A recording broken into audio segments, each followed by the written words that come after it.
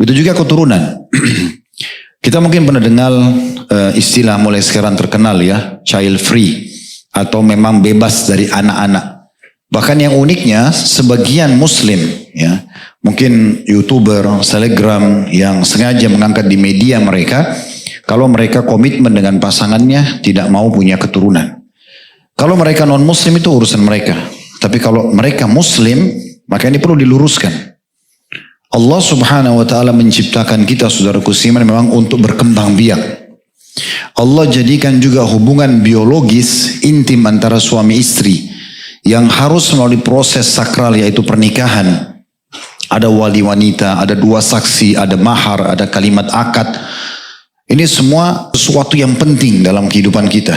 Bahkan Allah menjadikan itu adalah kesepakatan ya antara dua keluarga, wali wanita dengan calon mempelai laki-laki, dan dikatakan mitsaqan ghalidha. Itu adalah tali perkaitan yang sangat kuat gitu ya dalam pernikahan, karena memang ini tujuan utamanya populasi manusia.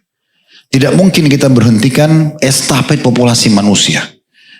Jadi kalau ada orang muslim yang kena fitnah ini, harus segera dia luruskan pola fikirnya. Menunda pernikahan tanpa udzur syar'i, menunda punya anak tanpa udzur syar'i, ini semua tidak dibolehkan. Beda kalau kita membahas masalah mengatur keturunan, itu beda. Nanti akan kita bahas masalah itu. Tapi ada orang memang menolak, tidak mau punya keturunan. Alasannya nanti berbagai macam alasan. Mereka beralasan dengan nanti supaya tidak repot, ya, supaya badannya tidak berubah, supaya nanti tidak mengganggu profesi yang sedang ada, dan 1001 alasan yang mereka jadikan pegangan. Padahal sebenarnya ini keliru. Ya. Kita harus tahu bagaimana Allah subhanahu wa ta'ala menyebutkan. Sebagai contoh dalam surah Al-Mulk. Tentu ayat dalam Al-Quran cukup banyak ya. Tapi dalam surah Al-Mulk ayat 24 Allah subhanahu wa ta'ala berfirman, Qul huwallazi dzara'akum fil ardi wa ilaihi tuhsyarun. Katakanlah hai Muhammad, dialah Allah yang telah menjadikan kamu berkembang biak di muka bumi. Dan hanya kepadanya lah kamu akan dikumpulkan. Ayat ini sangat jelas, kata para ulama, adalah bagaimana Allah subhanahu wa ta'ala menciptakan kita untuk berkembang biak. Dan tidak mungkin kecuali dengan interaksi biologis. Ya, makanya ada pernikahan.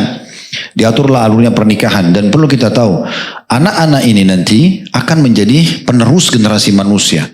Makin banyak anak, maka makin besar peluang meraih pahala yang ekstra.